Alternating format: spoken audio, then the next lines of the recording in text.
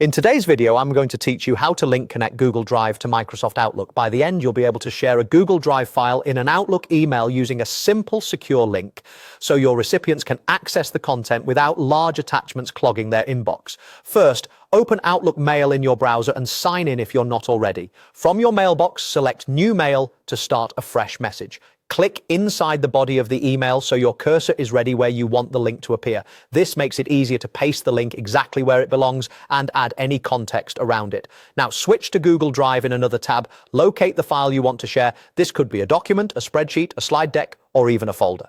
Click the file to select it. Using links instead of attachments is great for keeping a single source of truth. If you update the file later, your recipients will always see the latest version. With the file selected, choose Share. In the sharing window, change the link setting to anyone with the link.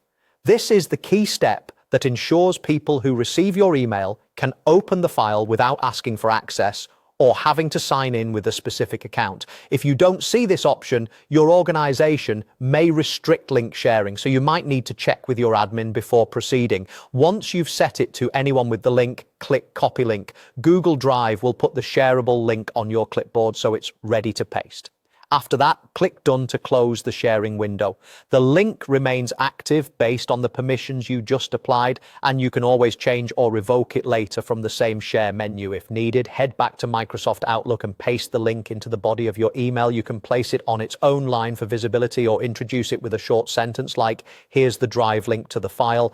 Keeping a brief description helps recipients understand what they're opening. If you prefer a cleaner look, you can add descriptive text around the link so it fits naturally into your message. That's it. You've connected a Google Drive file to an Outlook email using a shareable link. This approach keeps emails lightweight, maintains access to the most current version, and reduces permission issues for your recipients. Thanks for watching and enjoy smoother file sharing between Google Drive and Outlook.